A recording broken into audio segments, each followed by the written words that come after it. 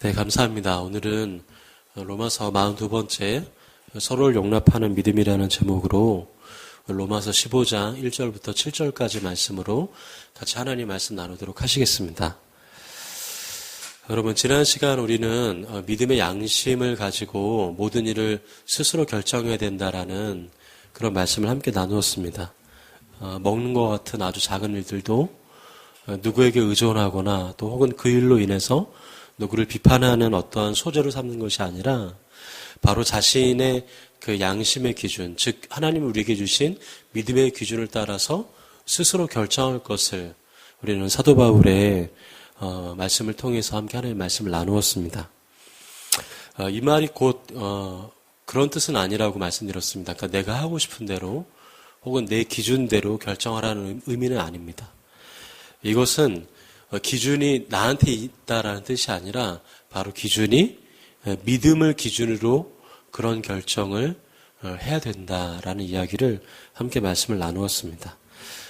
성도의 삶의 기준은 내가 아니라 바로 하나님이 우리에게 주신 믿음입니다.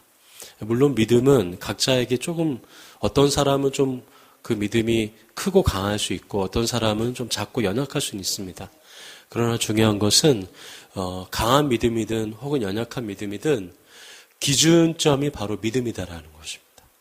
그 믿음을 따라 아주 작은 일조차도 주님 앞에서 결정하고 또 주님을 의지하고 믿음을 따라 살아가는 삶, 그것이 바로 성도의 삶이다라고 함께 나누었습니다. 오늘은 그런 말씀을 여러분 가슴에 간직하시고 도대체 그렇다면 주님께서 말씀하시고 사도 바울이 얘기하는 믿음은 구체적으로 무엇인가, 또 강한 믿음이라는 것은 무엇인가 함께 우리 말씀을 통해서 함께 나누도록 하시겠습니다. 우리 먼저 1절과 2절 같이 함께 읽도록 하시겠습니다. 믿음이 강한 우리는 마땅히 믿음이 약한 자의 약점을 담당하고 자기를 기쁘게 하지 아니할 것이라. 우리 각 사람이 이웃을 기쁘게 하되 선을 이루고 덕을 세우도록 할지니라. 아멘. 보통 우리는 그 믿음이 강하다고 하면 어떻게 생각하냐면 예를 들면 기도를 많이 한다거나 혹은 어떤 직분이 있거나 겉으로 보이는 어떤 외형적인 면 그런 부분을 보고 결정을 하거나 말을 하게 됩니다. 그러나 사도 바울은 믿음이 강한 자가 겉으로 이렇게 보여지는 부분이 아니다라는 것을 이야기하면서 보다 더 본질적으로 믿음이 강한 자가 무엇인지 어떤 특징이 있는지를 이야기해주고 있습니다. 사도 바울은 이렇게 얘기합니다. 믿음이 강한 이들의 특징은 바로 자기를 기쁘게 하지 아니할 것이다 라는 것이죠. 즉 이것은 무엇이냐면 내가 좋은 대로 어떤 기준을 세우거나 혹은 내가 보는 눈으로 인해서 내가 보는 기준에 맞춰서 그렇게 사람을 판단하거나 그렇게 살아가는 것이 아니다라는 것입니다. 더 쉽게 말하면 믿음이 강한 자들이란 이들은 바로 어떠한 기준이 없는 사람들과 같다라는 것이죠. 그러니까 자기가 보기에 좋을 대로 행하는 게 아니고 어떻게 보면 기준이 없어요.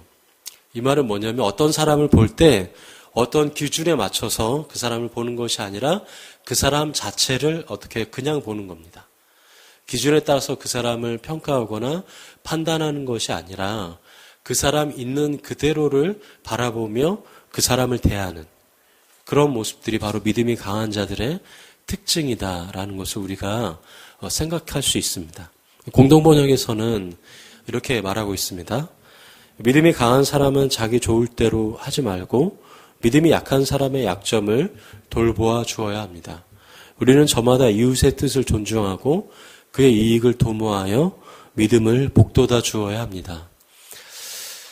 믿음이 강한 사람의 특징이 무엇인가? 그러니까 약한 사람, 다시 말하면 나를 위해서가 아니라 나 아닌 그 다른 누군가를 위해서 이렇게 돌보아주고 생각해주는 바로 그런 자들이 믿음이 강한 자들의 모습이다라고 성경에서는 말씀하고 계십니다. 지난해 그 창단 첫 포스트 시즌에 진출했었고요. 올해에는 그 한국 시리즈 준우승을 차지한 넥센의 히어로즈라는 야구팀이 있습니다. 네, 이 팀의 감독은 염경엽이라는 감독님이십니다. 근데 이분은 이제 프로 선수 시절, 물론 선수 시절을 겪었던 감독인데요. 이분은 한번 찾아보니까 통산 타율이 뭐 2할도 안 되는 아주 그러니까 좀 선수로서 이렇게 크게 두각을 비치지 못했던 그런 선수 출신 감독이었습니다. 어떤 면에서 보면 약간 좀 백업 선수? 이런 약간 이미지가 짙었던 분이었죠. 그 염경엽 그 감독님이 선수로 현대 유니콘스에 있을 때 같은 포지션인 그 박진만이라는 후배 선수가 들어옵니다. 근데 이 후배 선수가 들어오자마자 그나마 거기서 좀 주전을 차지하고 있었던 염경엽 이 선수가 완전히 표가 날 정도로 이렇게 떨어지는 겁니다. 이 박진만 선수가 잘했기 때문에 뭐 타격이면 타격, 수비면 수비 모든 면에서 이 후배 선수에게 밀리게 되더라는 겁니다. 네, 보통 그러면 기분이 나쁘거나 혹은 어떤 그 후배 선수와 이 관계가 안 좋거나 화를 낼 수도 있는 그런 상황이 충분히 발생할 수 있는데 진짜 놀라운 건 뭐냐면 그 같이 있던 선수들이 지켜보는 그 염경 선수를 지켜봤는데 이렇게 지켜보더라는 겁니다. 보통 그런 상태면 기분이 나쁘거나 화를 낼 수 있음에도 불구하고 그 후배에게 더 잘할 수 있도록 조언을 해주더라는 겁니다. 뭐 타격은 이렇게 하고 수비는 이렇게 하고 그렇게 얘기하면서 그렇게 좀 더 좋은 그런 성적을 낼 수 있도록 이 염경엽 감독이 그렇게 조언을 해주더라는 겁니다. 근데 그게 참 놀랍더라라는 얘기를 하는 겁니다. 또 염경엽 감독이 이제 넥센 히어로즈의 코치로 있었을 때 그 주자가 출루하는 그 역할을 맡았던 코치를 한동안 했었거든요. 근데 그 코치 시절에 10권에 달하는 그 야구 노트를 작성합니다. 그러니까 뭐 자기만의 비기가 담긴 노하우겠죠. 근데 놀라운 건 뭐냐면 그 노트를 같이 있었던 그 코치들에게 그냥 나눠주는 겁니다. 왜 그럴까요? 이걸 나만 가지면 분명히 자기에게는 어떤 굉장히 그 큰 노하우가 되었음에도 불구하고 그거를 아끼지 않고 어떻게 해요? 함께 공유하는 겁니다. 왜?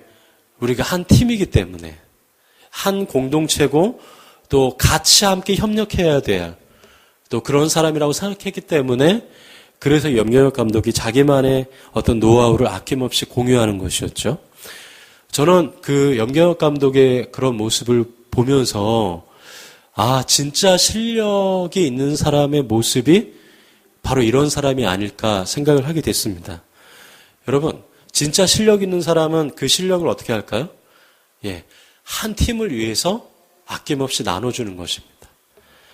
자기만 갖겠다고 이렇게 막 고집불통으로 하는 것이 아니죠. 자기만을 생각하는 것이 아닙니다. 저는 믿음도 마찬가지다라고 생각합니다. 믿음이 강한 사람의 특징이 무엇일까요?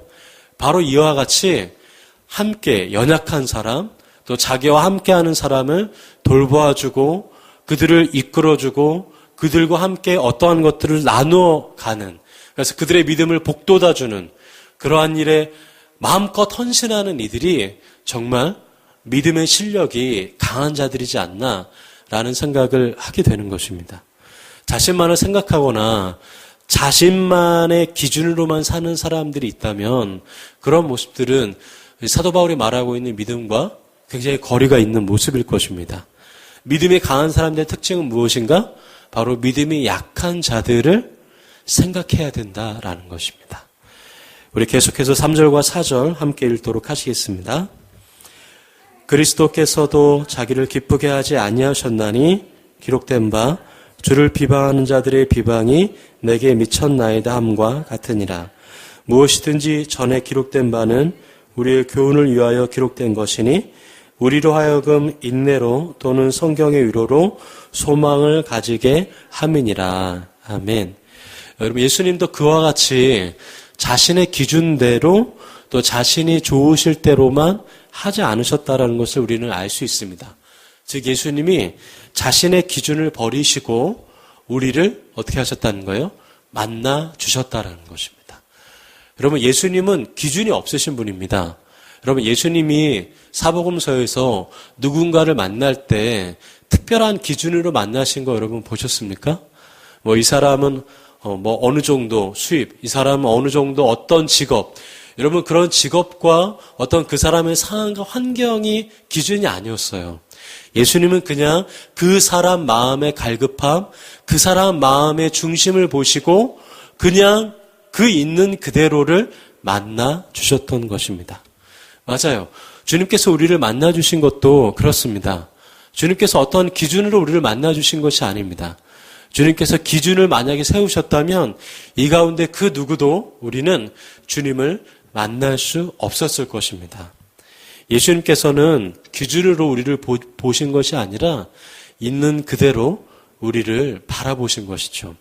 그것을 지금 사도 바울은 이야기하고 있는 것입니다. 예수님이 자기를 기쁘게 하지 않으셨다라는 의미죠. 즉 자신의 이익을 위해서 이렇게 움직이신 분이 아닙니다. 보통 우리는 자신에게 유리한 것, 자신에게 즐거운 것, 자신에게 기쁨을 주는 자신의 유익 따라 움직이지만 예수님은 특별히 그분의 십자가는 그의 유익을 따라 그분이 하시고자 하시는 대로 그분이 즐거움을 따라 나간 것이 아님을 우리는 기억해야 할 것입니다. 여러분 마태복음 12장에 바리새인들이 예수님에게 이렇게 이제 질문합니다. 예수님, 우리에게 그렇다면 정말 하나님이 아들이시라면 우리에게 이적을 보여주십시오. 그때 그렇게 묻는 바리새인과 사람들에게 예수님께서 이렇게 말씀하시죠. 악하고 음란한 세대가 표적을 구하나 선지자 요나의 표적밖에는 보일 표적이 없느니라. 요나가 밤낮 사흘 동안 큰 물고기 뱃속에 있었던 것과 같이 인자도 밤낮 사흘 동안 땅속에 있으리라. 이렇게 말씀하시는 것입니다. 이 구약의 요나 선지자가 하나님의 말씀을 거역했었고 또 그 결과 이 요나 선지자가 결국은 폭풍 가운데 제물로 많은 사람들의 제물로 바다에 빠지게 되죠. 빠지는 순간 하나님께서 거대한 물고기를 준비시키십니다. 그리고 빠지자마자 요나를 어떻게 해요? 이렇게 삼킵니다. 정말 동화 같은 얘기죠. 그런데 성경에 보면 요나가 그 물고기 뱃속에서 며칠을 사흘을 그 안에서 기도했다라고 얘기합니다. 가장 특별한 기도의 장소이기도 하죠. 여러분 물고기 뱃속이라는 것은 낭만적인 곳이 아닙니다. 어마어마한 그 물고기의 뱃속은 굉장히 비참했었고 그리고 그것은 굉장히 깜깜한 암흑이었고 그곳은 마치 지옥과 같은 처참한 곳이었을 거예요. 요나가 그 3일 동안 마치 그 지옥과 같은 물고기 뱃속에서 처절하게 하나님을 부르짖었던 것처럼 예수님께서도 요나의 표적밖에는 보일 것이 없다 말씀하셨습니다.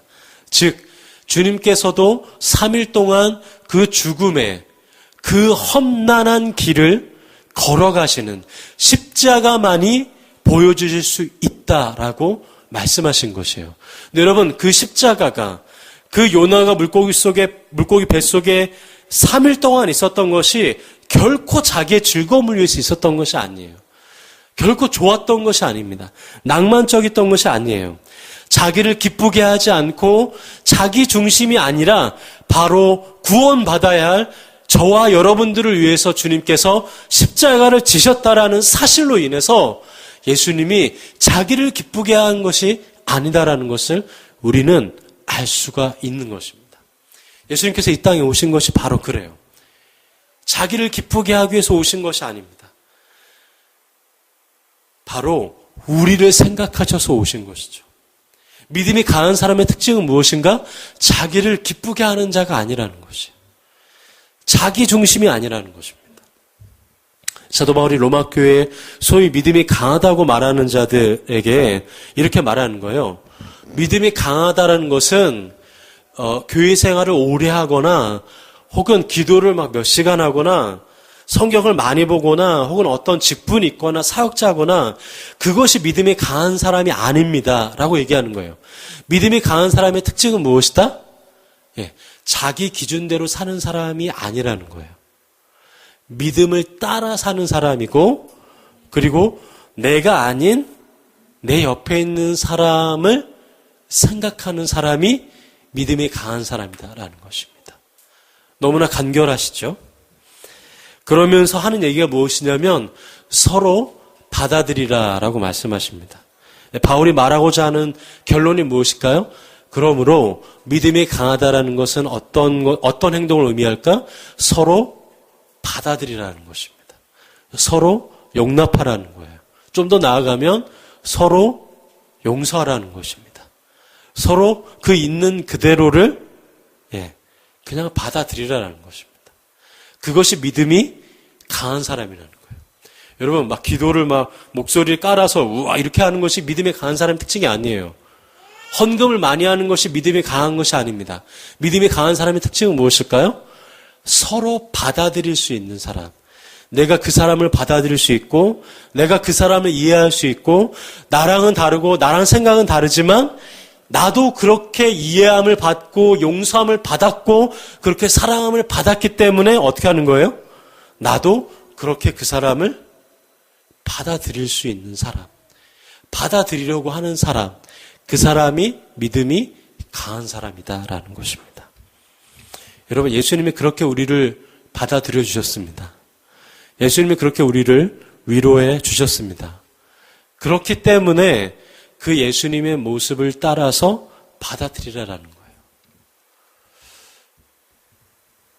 우리 5절부터 7절까지 함께 읽도록 하시겠습니다.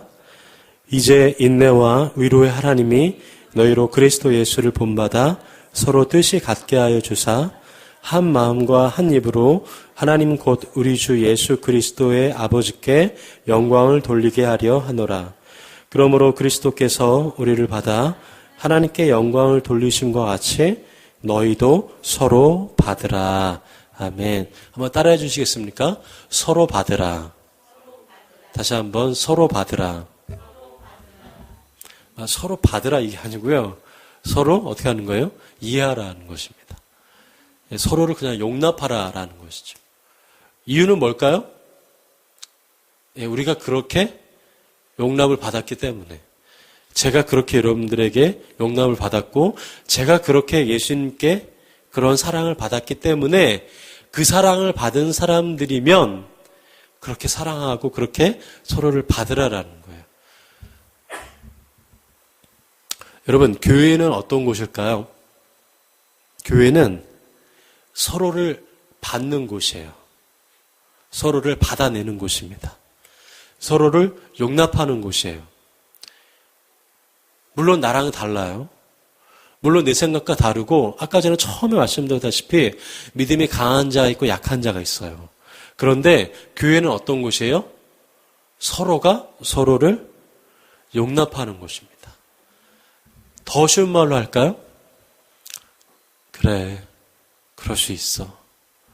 그럴 수 있어 라고 말할 수 있는 곳, 바로 그곳이 교회이고 교회인 저와 여러분들입니다.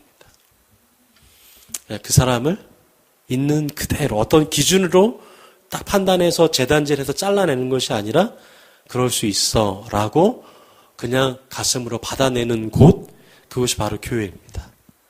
근데 이 시대에 왜 교회가 또 성도들이 왜 엄청난 이 비난을 받게 될까요? 서로 용납하지 않기 때문입니다. 서로 받아내지 못하기 때문에 교회가 많은 비난과 많은 어려움을 당하고 있는 것이죠. 크리스천들이 왜 어려움을 당할까요? 내가 사랑받은 대로 사랑하지 못하기 때문에, 내가 하나님의 은혜 받은 대로 그 은혜대로 다른 사람을 대하지 못하기 때문에, 나는 1만 달란트를 빚졌는데 나는 주님 앞에서 엄청난 것을 탕감받았고 엄청난 것을 용서함 받았는데 나는 어떻게 해요? 나한테 10만 원 빚진 사람 찾아가서 멱살 잡고 10만 원 내놓으라고 얘기하기 때문에, 나는 매덕을 용서함 받고 매덕을 탕감 받았는데 정작 나는 나에게 10만 원 피해를 준 사람을 잊지 못하고 용서하지 못하기 때문에 이 시대의 복음은 복음으로 제 기능을 발하지 못하는 거예요. 이 시대 교회에 있는 성도들은 세상의 빛과 소금이 되지 못하는 것입니다. 여러분, 교회가 또 저와 여러분들이 주님 안에서 서로 용납할 때 주님은 우리를 더욱더 존귀하고 아름다운 자로 분명 만들어 가실 것입니다. 여러분, 로마 교회 안에 바로 그러한 것이 필요했어요. 서로를 용납하는 믿음. 서로를 용납하는 것이 저는 믿음이라고 생각합니다. 그것이 사랑인데 그 사랑이 결국은 믿음이에요. 용납하는 것이 믿음이 없이는 용납하지 못합니다. 하나님이 나를 사랑하셨지.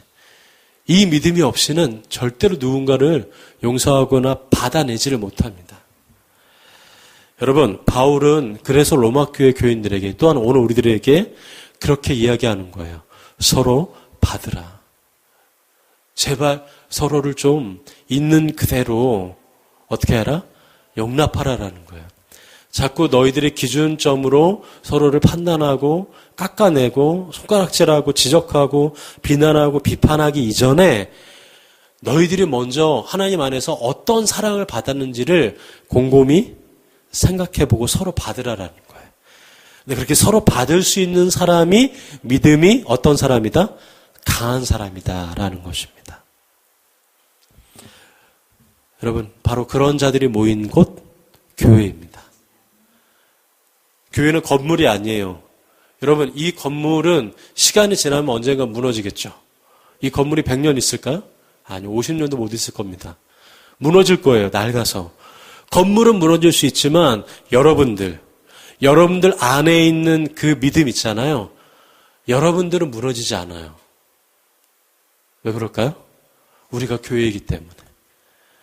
진짜 교회는 어떤 교회일까요? 예, 서로를 받는 사람들. 그 사람들이 모인 곳이 교회입니다. 저는 오늘 그러한 모습이 우리 가운데 새로워지기를 소망하고 축복합니다. 우리가 그렇게 용납함을 받았듯이 여러분, 딴 데 있는 멀리 있는 사람, 모르는 사람 먼저 용납하지 마시고요. 바로 여러분 옆에 있는 사람, 또 여러분들이 이번 일주일 중에 만나는 사람 있잖아요. 그 사람을 어떻게 하는 거예요? 그냥 그럴 수 있지. 그래. 하면서 받아내는 그러한 믿음이 회복되기를 소망하고 축복합니다. 우리가 그렇게 사랑받았듯이 우리도 그러한 용납하는 믿음과 사랑이 우리 가운데 새롭게 일어나기를 소망하고 축복합니다. 우리 잠시 기도하겠습니다.